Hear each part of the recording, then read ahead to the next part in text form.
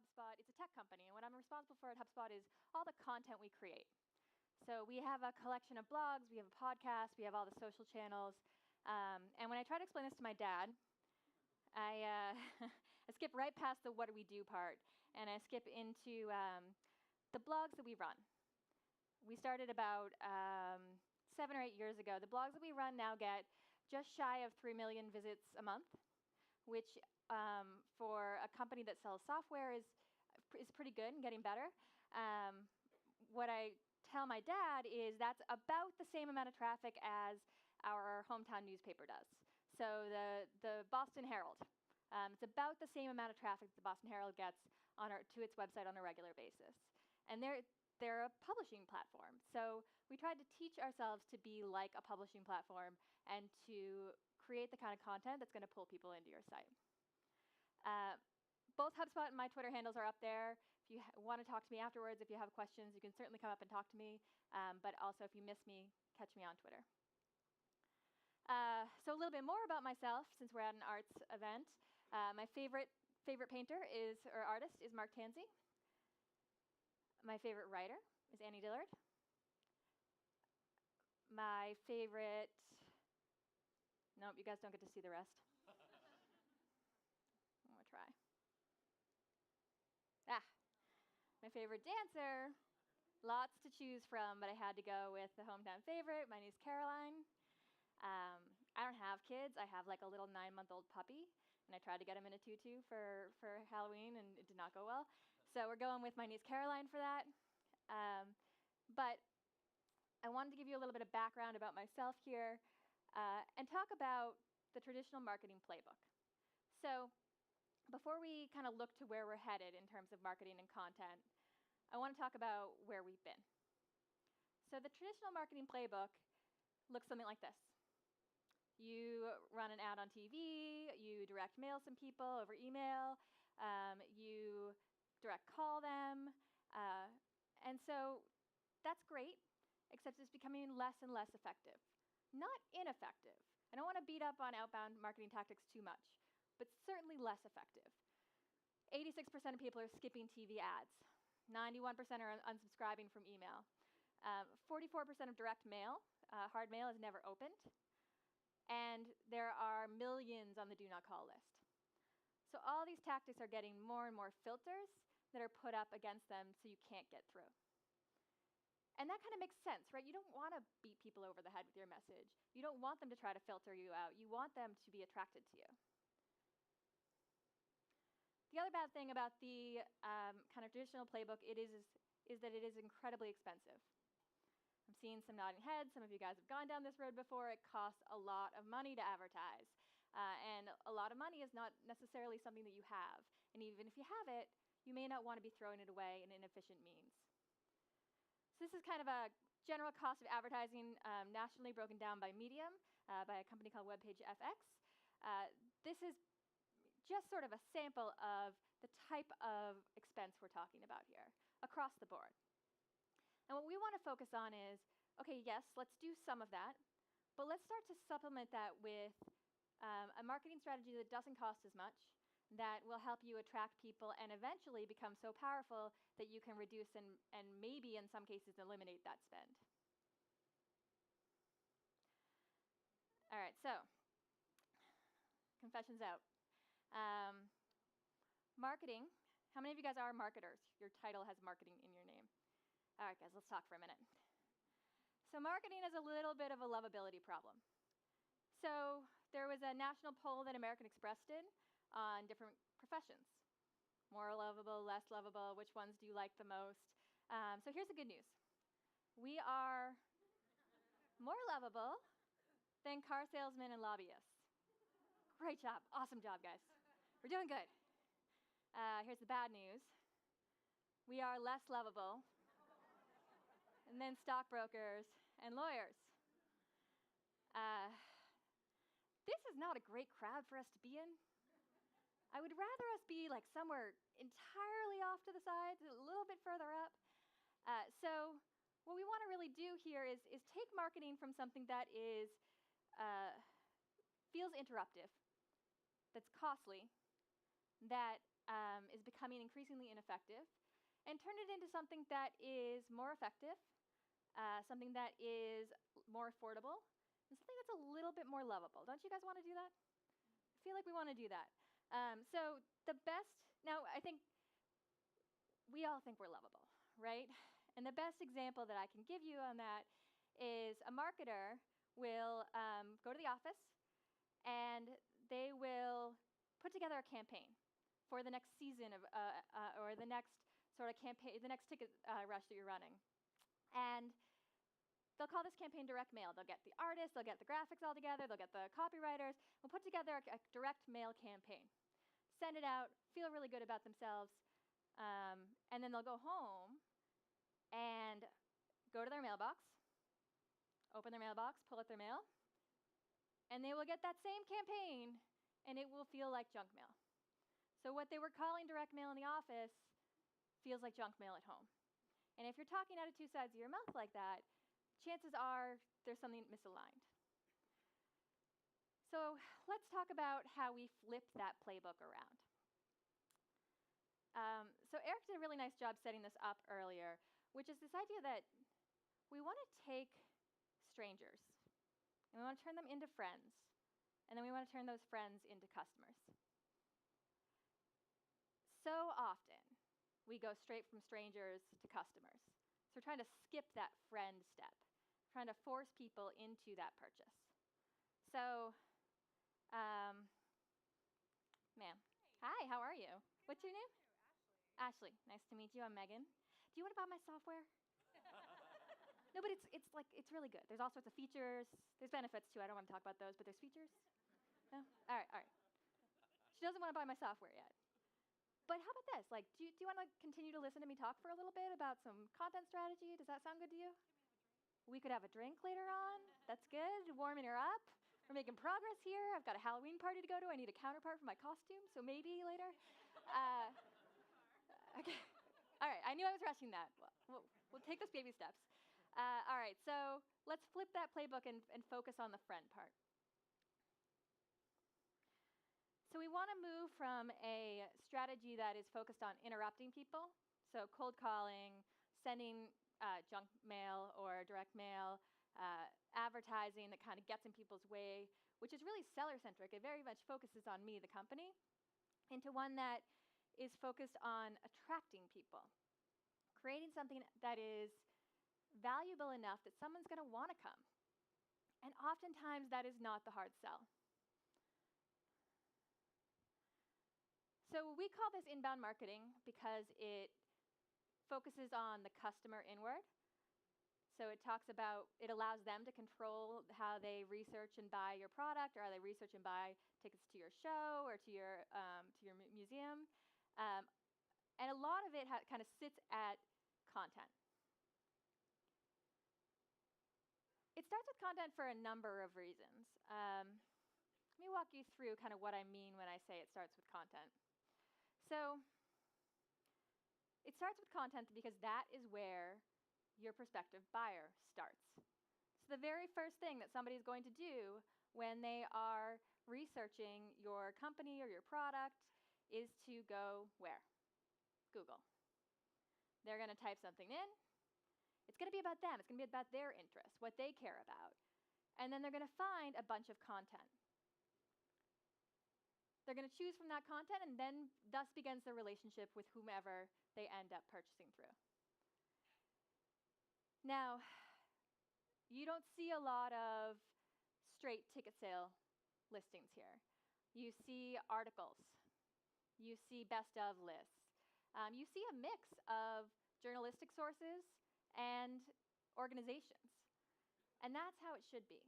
Now, Best New York Museums for Children might be a tough thing to rank for. There are a lot of museums, there are a lot of people creating content, but there's a lot of different terms that you can rank for out there. If you're fast, if you're savvy, last year in Boston and probably here, we had like the snowiest season in history. It was awful. And anyone who had kids, my sister, who has 3 kids under 6, was Googling phrases like activities to get me and my kids out of the house. snow day activities, snowmageddon activities. The world is constantly evolving, and there are new search terms and new content that you can create all the time to get found at the search box. All free, all way more effective than advertising, all a little bit more lovable because you're helping. So you want to start off by building content assets. Now this could take, we've already seen today, this could take a number of different forms. Blogs and ebooks, photos and graphics, videos and podcasts. We've seen some great examples. I've got some others for you. And the truth is, I think sometimes we think about content and we think written word or images, but content could be anything of value. It could be classes. It could be experiences. It could be anything that would bring people into your fold and not necessarily give them the hard sell right off the bat.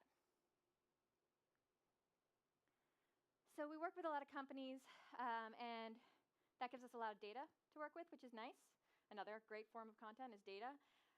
And so we surveyed all of these companies that have worked with us, and we did sort of a public survey, so it was outside of HubSpot customers as well, and found that for companies that create that create content, 92.3% of them increase their traffic, and 40 by at least 75%. And that is because content, every single piece of content, doesn't just sit there. It's an opportunity to get found. 85% increased traffic within 7 months. One thing I will tell you, how many of you guys have sort of started a blogging strategy and maybe not necessarily seen immediate results from it? A couple of you guys. This is a long game. So the big difference between advertising and content marketing is that advertising is immediate, right? You put the ad up, you get the click-throughs, you pay for that value. Content takes a while to build. And so if you just started blogging or you just started putting content out there, it's going to take some time. I would say give it 6 months and start to see if there's an increase in traffic to your site and in conversions on your site after that point. And then tweak and finesse along the way. And then you'll also have 6 months of data to figure out what type of posts did really well, what type of videos and ebooks and other content did really well. You guys with me on that? All right. So, the reason content is so powerful is that the web is made of content. It is the currency of the web. Every single piece of content is an opportunity to get found. So, I'm going to tell you a little bit more about what I mean by that and cut myself off for a moment for the fastest ever lesson in SEO. Ready? So there's a lot of things that go into search engine optimization. A lot of things. Whether or not your website is mobile optimized goes into search engine optimization. Whether or not your website has an SSL certificate, so security on your site, goes into SEO. But you strip away all the details and the fundamental points of SEO, you don't need any sort of an advanced degree for this, are two things. Relevancy and authority. Relevancy and authority. That's all that matters in getting your content to rank. And it doesn't matter if you are a very small little theater or a massive organization, those rules don't change, which is why the internet is a meritocracy, which is why you can gain a bunch of traffic without spending a ton of money if you're very good at this.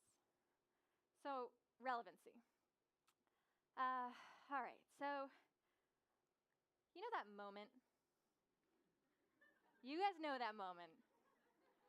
When Tom Cruise looks into Renee Zellweger's eyes and says, say it with me, no. Oh, guys, we have got to sit down and have a talk about this. Renee said, you had me at hello. Tom said, you complete me. Thank you. So, no big deal, but that is the feeling that you want every searcher at Google to have when they find your content. Just that one earth-shattering, soul-crushing moment, or soul-invigorating moment of, oh, thank God you complete me. Like I needed the answer to that query. That is relevancy. And the way you get that is by understanding the people that you're selling to. So talking to them, figuring out what it is that keeps them up at night, what they're interested in, what they search for, what they buy, their reading habits, learning about your audience, and then reflecting that in the content you create. That's really hard to nail, but it's very, very important. The other thing kind of goes hand in hand with that, which is authority.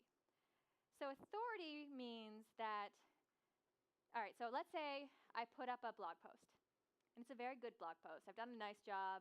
I've researched my audience. I know who I'm writing for. I've optimized the headline to make sure it matches the search query that somebody's going to search when they go to Google. And people start reading it.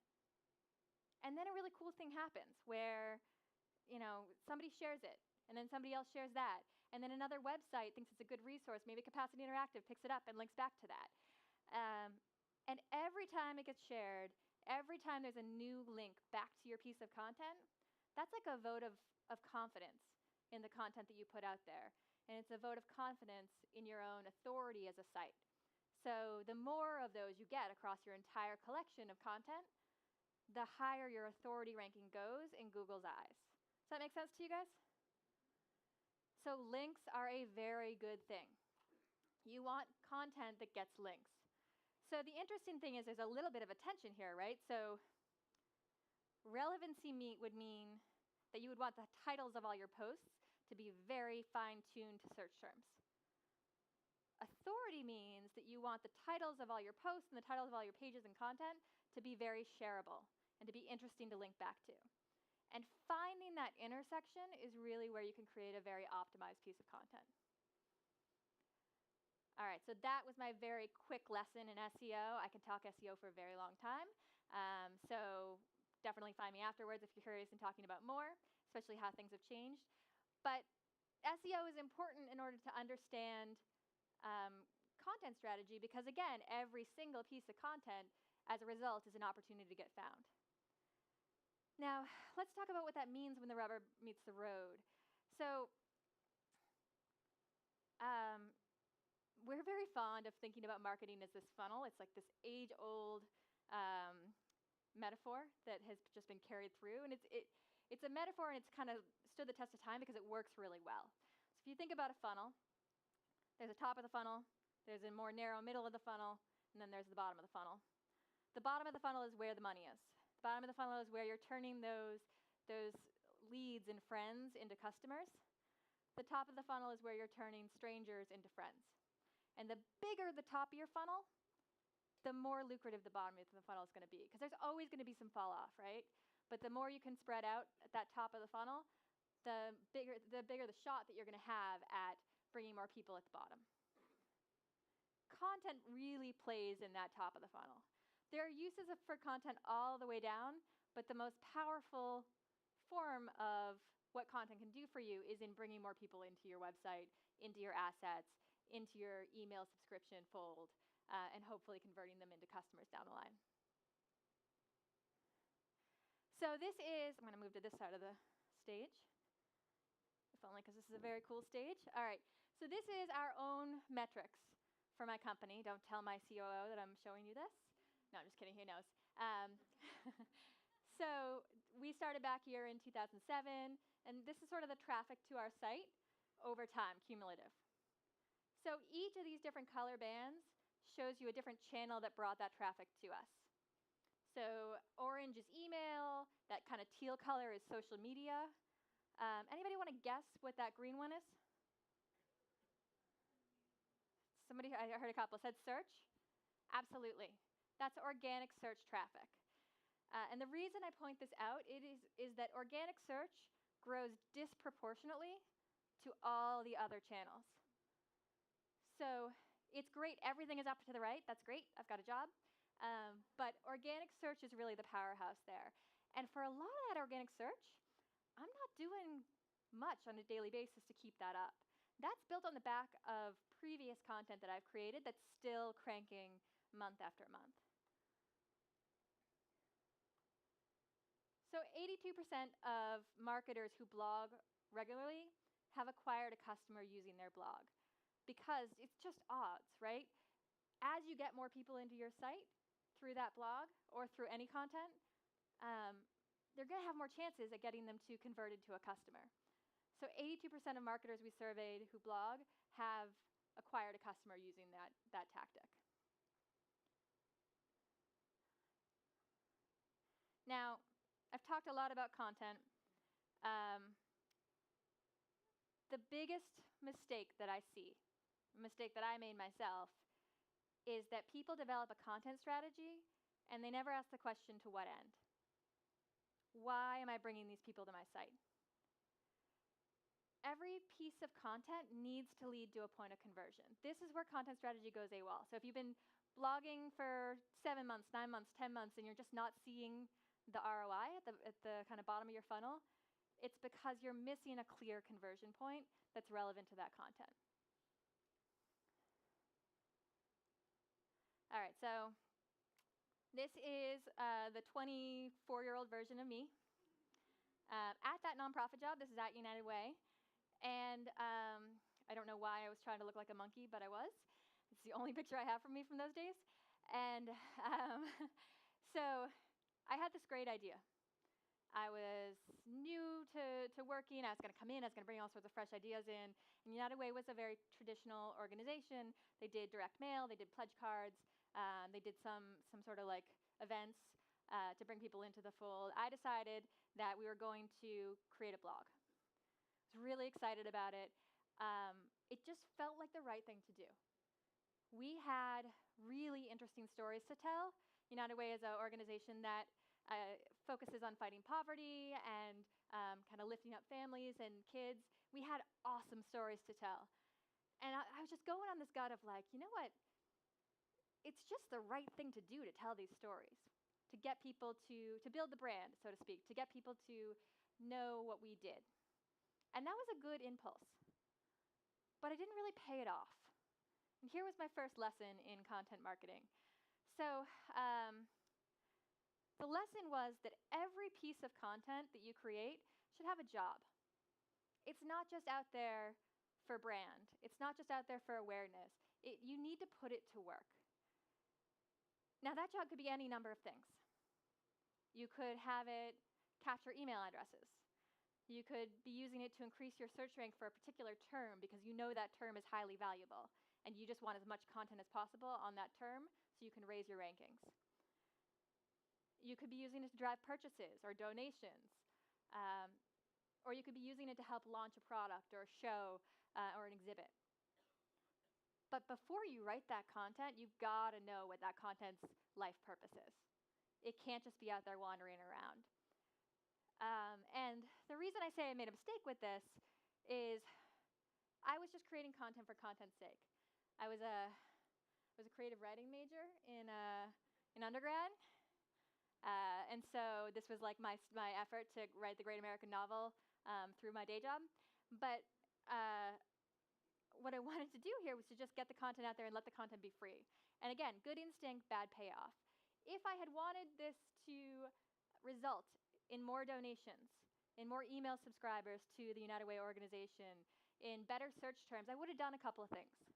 So very simply, a place for youth in summer months, at the base of that blog post should have been a very strong call to action to donate to those programs or to get your kids signed up for those programs. I missed that. And so the piece of content just went dead. This is a colleague of mine, brilliant writer. She had, honestly, it's like a soul-wrenching piece. She had just lost a friend to violence in the city of Boston and wrote this really beautiful personal post about it. And for its own right, for the art of that post, it was brilliant. But as a way to fight that violence, to get dollars driven towards that cause, it fell short. First of all, she could have, so again, same thing, we could have had a CTA at the base of this that said, Let not another young person fall and drive to donations or drive to a rally or some sort of further step of engagement. She also could have optimized this headline, and I know that sounds kind of creepy to optimize a personal essay about youth violence, but you have to think about your higher purpose here. You have to think about what you're trying to drive. And if she had optimized the headline a little bit more to line up next to the stories in the Globe about that tragedy, she could have gotten more eyes on it. More of those eyes could have turned into volunteers. More of those volunteers could have turned into donors. There's an opportunity here that we weren't fully pushing on. Everybody with me on that? So every piece of content needs a job. And we heard a little bit about measuring, some great questions earlier about KPIs and what do you measure and all that stuff. The second you have a job for your content, the second you're able to measure it. I know that if I'm trying to drive donations with a piece of content, I can use a number of tools. I can use something called UTM parameters to help figure out, did people who clicked on that link end up donating? There are a number of ways to measure something if you know what you're trying to achieve. So don't just measure the traffic to your site, measure conversions. All your content needs to drive to a point of conversion. If you're running a campaign, you have all sorts of different blog posts. Make sure that they're all going to that single point, even if it's not right away. This, by the way, is a map of all the rivers that flow into the Mississippi. Just thought it was a nice way to represent that. All right, so you guys may be thinking, well, what should my point of conversion be? Some of you guys have that built in. Maybe you can buy tickets directly on your site. Some of you guys may not have that point of conversion in your digital marketing yet. I do know one thing for certain. Even if you're not buying or selling tickets on your site, even if you are just trying to raise awareness at this point, it's got to help you to get people's email addresses. It's got to help you to grow your known audience of fans and followers. And so at the very least, make email collection a point of conversion on your site. And again, I'm not talking about just saying somebody lands on your homepage and asking them for their email. I'm talking about write a piece of content that's going to be really compelling, that's going to get them excited, and then ask them for email in the exchange for something else of value. I'll show you what I mean by that. All right, so step one, get email addresses, get a form on your site to capture email addresses. So I'm going to give a hat tip to Capacity Interactive here. They have, if you guys, it's amazing how hard it can be just to get a form on your site for some organizations. If you're hosted on WordPress or you're sort of doing a homegrown CMS, getting a form on your site can be really, really hard.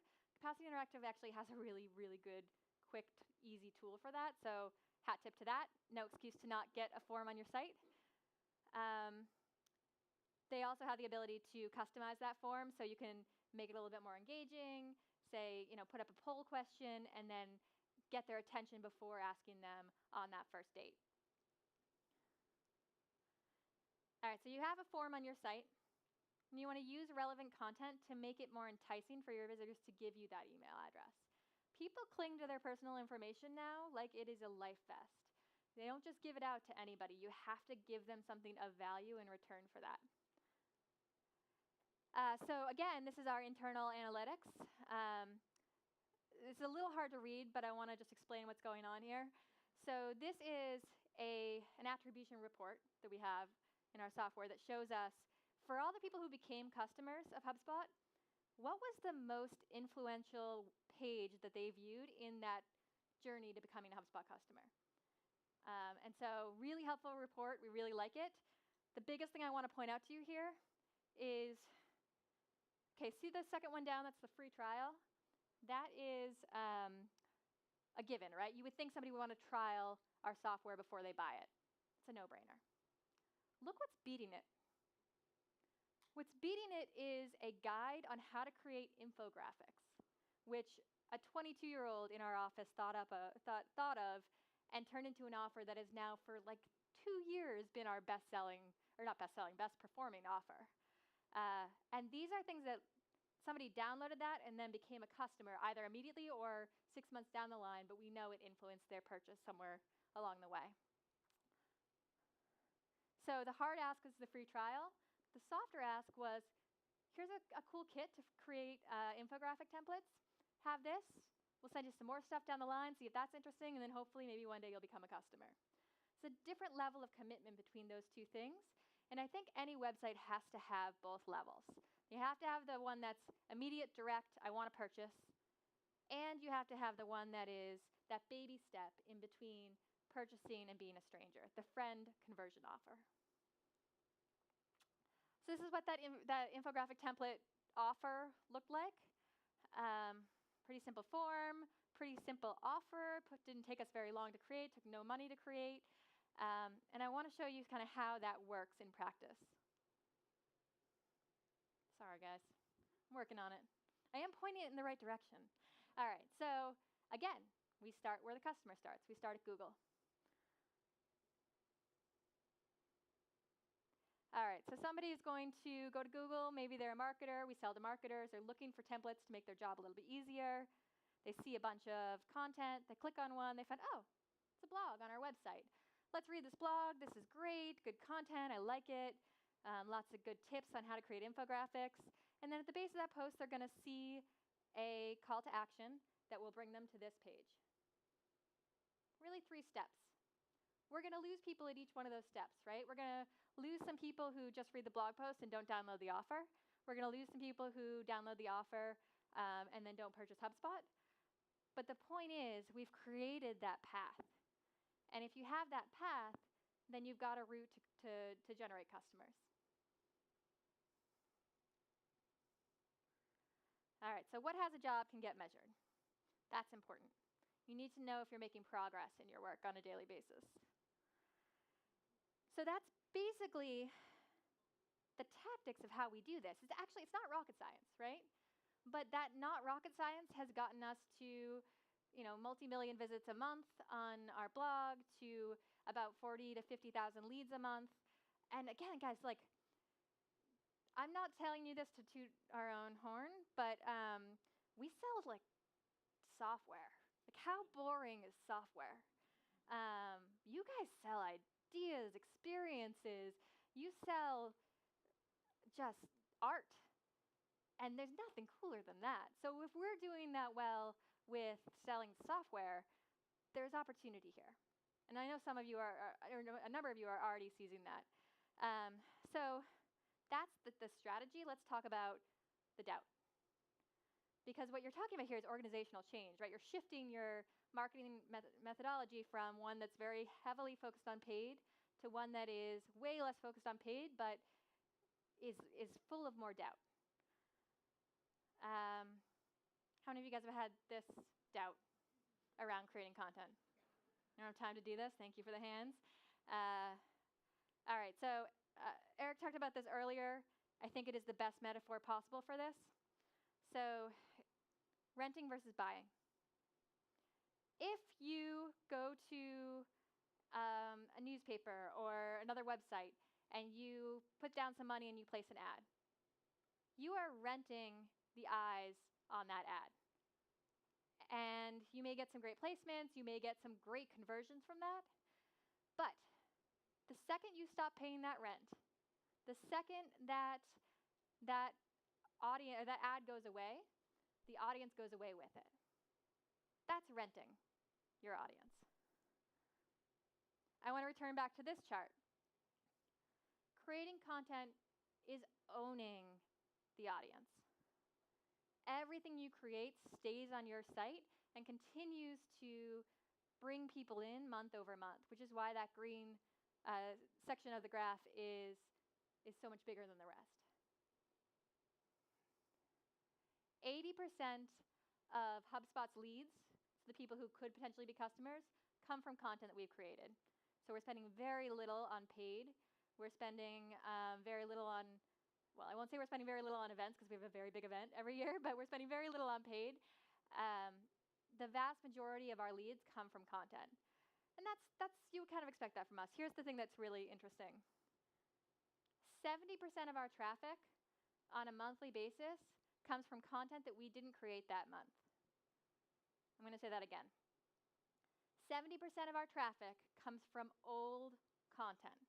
Content from last month or last year or 2 years ago. What's more, 90% of our leads come from old content. So what's happening here?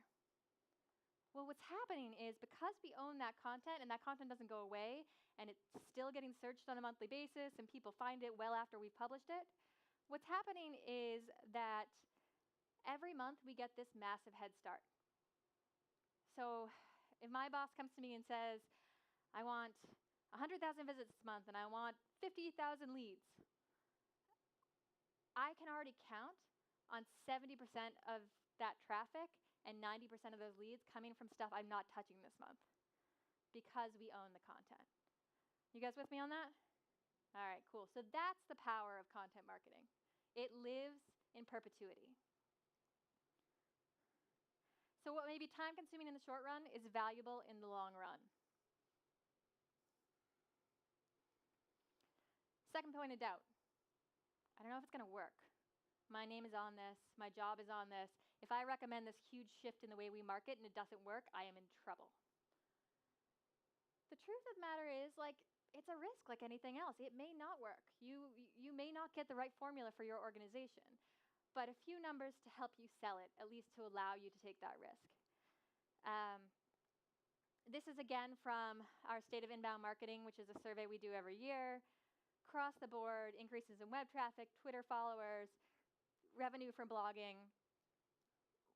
We have seen time and time again that this works, and it works because of the previous slides I showed you, where content over the long run generates an engine for you that is self-sustaining. And the more content you create over time, there's sort of a exponential effect that happens there. It continues to grow at a faster and faster rate. So again, this is kind of a summary of all of our customers, but their leads, once they hit a certain number of posts, take off. It's a long, slow buildup, and then it's that self-sustaining engine. Average cost per lead by company size, what we call inbound tactics, which are really like content-driven tactics, way less expensive across the board than outbound tactics. I think that's not surprising. All right, so I don't know what to create. Anybody feel this kind of doubt? A couple people? So here's the thing about that. Again, I sell software. It's tough to market software. I would say that no one in your field needs to worry about not knowing what to create. There's creativity happening all around you, and it's just finding new angles of that creativity. So a couple of examples that I really like here. This is the Oklahoma City Ballet, and they've done a nice job on social. By the way, if any of you guys, I know there are some of you in here because I've seen you in other talks, but if any of you guys are here, feel free to raise your hand. They've just done a really nice job of behind-the-scenes work, little things that they could do that don't take a ton of extra time. They didn't have to hire a whole creative team for this, but just behind-the-scenes views of the ballet. They also did a nice job of capitalizing on worldwide trends and on memes that are happening outside of their world. So took part in World Ballet Day. There's a day for everything. Today is National Cat Day, apparently, which is great for lolcats. But there is always an opportunity to seize upon something bigger than yourself, a news story, a daily occurrence that's happening, and to gain an audience that way. And again, the Oklahoma City Ballet hit 13,000 followers but including their other activities. Building up to this World Ballet Day, they were able to top over 13,000 followers. This is the Woolly Theater. So Woolly Mammoth Theater, again, we saw them earlier today. One thing that I really like is they do these nice previews before they have a show. So this is when the Second City came, and this is a very quick video that they did interviewing all the cast members with 3 basic questions. It did a nice job of priming the show and making sure that they were building hype for the show before it actually happened. It was very simple to pull off. I'm not sure what went into it, but it could have been done with something as simple as like a camera phone. But the idea was that the content was interesting and that the technology to pull it off was not that hard. Museum of the Moving Image, again, some repeats here. So we heard a lot about what the Museum of the Moving Image does on scene, but I think it's really cool that they have this whole publication, reverse shot, that coexists with the rest of their marketing. It's certainly branded, but it's not heavily tied into their core website, so this can actually grow its own audience and become its own driver of traffic into the site.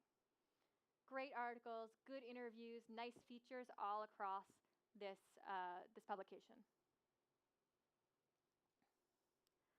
Jazz Academy. This is probably my favorite example because it hits that same point around it doesn't have to be written or visual to be content. So Jazz at Lincoln Center does classes. You heard about this a little bit before, for all ages. Classes can be content.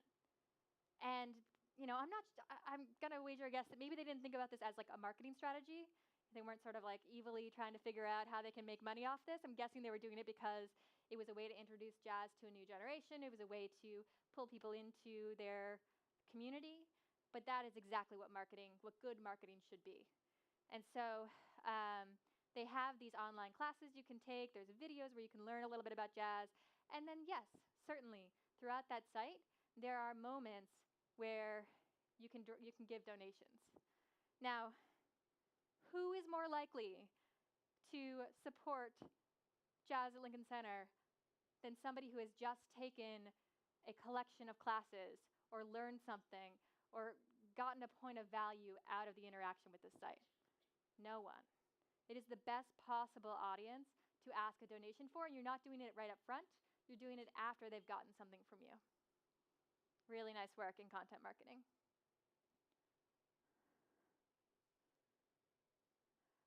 All right, so some of you guys may be thinking, okay, but there's a lot of competition, or I'm too niche to create good content. Anybody from a really small or very sort of specific organization? Okay, great. So, few examples, custom made for you. All right, so the first one is a Cedar Creek cabin rental company. Again, they're selling something very, very specific, cabin rentals, and they created this whole blog that that was designed to pull people in who are specifically interested in cabin rentals. They saw by blogging a 2.3x increase in organic traffic just by starting to talk about what it is they sell. Even better example, Weed Pro. Weed Pro is arguably less interesting than software, which makes me feel a little bit better. But landscaping. The great thing about landscaping is it's built for how-tos. It's built for teaching people how to do spring seeding. And again, once they started creating content around this area, they saw a huge increase in revenue built off that content. But probably the most epic example of being a arguably boring company that can create really interesting content are my friends over at Global Plastic Sheeting. Do you guys know what Global Plastic Sheeting sells?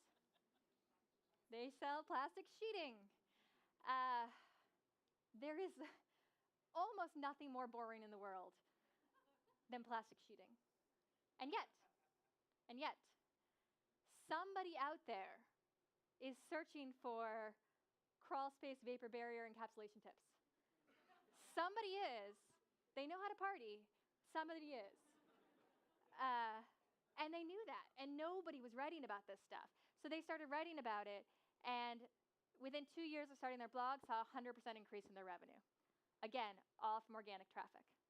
Took a while, but then the machine got going, and it worked. The bottom line here is if you think you're too niche, remember that almost 20% of searches on Google have never been searched before. There is a tremendous long tail of what people are seeking for. And actually, if you have a really niche audience, all the better, because you're probably the only one writing on that. All right, so the right content strategy is really an intersection of your goals and your customers' interests. Again, relevancy, what they care about, what they're searching for. The next kind of point of panic, what if I build it and nobody comes? This is like the I threw a party and there's 2 people here kind of fear. I get this all the time. The kicker for this one is that you cannot create content alone without a promotion strategy for that content. And all roads have to lead back to that content, which have to lead back to that conversion point. So again, same image. If you think about all the rivers here as various points of promotion that lead back to that piece of content, that lead out into the Gulf of Mexico, which is your point of conversion, I'm really stretching this metaphor for you guys. That is your content strategy. If you use the more channels you use, the more likely you're going to be to see success at promoting that content. It's a numbers game. It's all about volume. Now, this doesn't just mean that you should copy and paste the same content to different channels. You want to have a slightly different strategy for different types of communication. Different strategy for email, different strategy for social. I want to talk about social for a little bit because it's free and we like free. A couple of best practices that we've had. Again, this is the tactical presentation. We found it's best to keep your link descriptions to fewer than 250 words. It will ensure that your descriptions don't get cut off.